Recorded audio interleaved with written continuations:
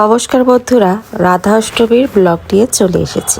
ভগবান শ্রীকৃষ্ণ বলেছেন তাকে সন্তুষ্ট করতে হলে রাধা রানীকে যদি আপনি সন্তুষ্ট করতে পারেন তাতেই নাকি ভগবান শ্রীকৃষ্ণ খুশি। ভগবান শ্রীকৃষ্ণ যেন সহায় থাকে, সুন্দরভাবে যেন আমরা দু বোনে একসাথে যেন সুন্দরভাবে সংসার করতে পারি, এটাই প্রার্থনা।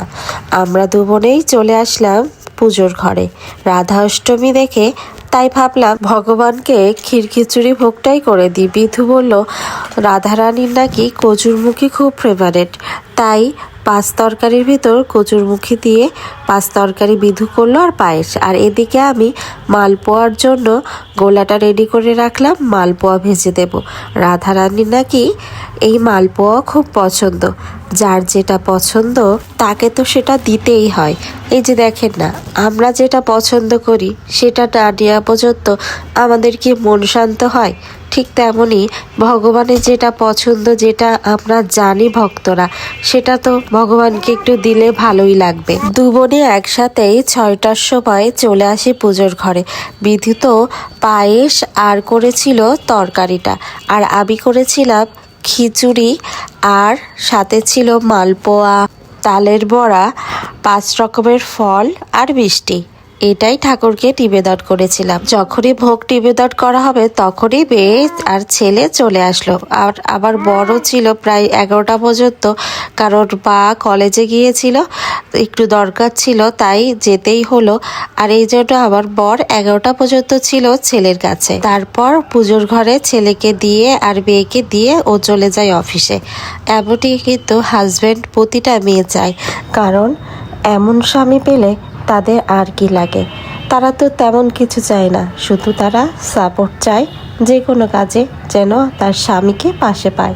আর কিছু স্বামী এসে বলবে যে তুমি সারাদিন কি করো, সারাদিন কি কাজ তোমার।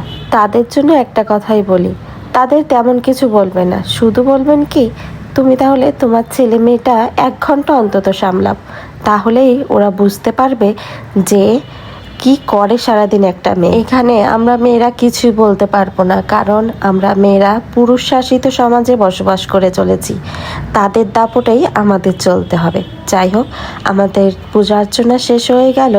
আপনাদের সাথে কথা বলতে বলতে পূজা শেষে মা তুলসী দেবীকে একটু জল না দিলে হয়। আর এই যে যাকে দেখছেন, এটা কিন্তু বিধু, আমি না। বিধু আর মেয়ে এরকম আদর খাচ্ছে, তাই একটু ভিডিও করলাম। আর এই যে আমি তিহান বাবুকে কোলে নিয়ে বসে আছি। আজ আর বেশি ভিডিও আপনাদের সাথে শেয়ার করতে পারলাম না, এইটুকু ভিডিওই আপনাদের সাথে শেয়ার করলাম। কেমন লাগলো আমাদের এই রাধা অষ্টমীর ফুল ব্লগটা অবশ্যই কমেন্টে জানাবেন। সকাল থেকেই কাজ করেছি দু বোনে মিলে, তাই ভিডিও করার একটু হেরফের হয়ে গেছে, সবটা আপনাদের সাথে দেখিয়ে উঠতে পারলাম না। অনেকেই আছেন এই পূজা অর্চনার ভিডিওটা দেখতে চান, খুব পছন্দ করেন। আবার অনেকেই আছেন আশপাশ দিয়ে স্ট্যাটাস দেন, খুব বিদ্রুপ করেন। কিন্তু কি করি বলেন তো, কার কথা শুনি? আমি আমার মনের কথাই শুনি। আমার মন যেটা চেয়েছে আর ভগবান যেটা করাচ্ছে সেটাই করছি। সবাই ভালোবেসে পাশে থাকবেন।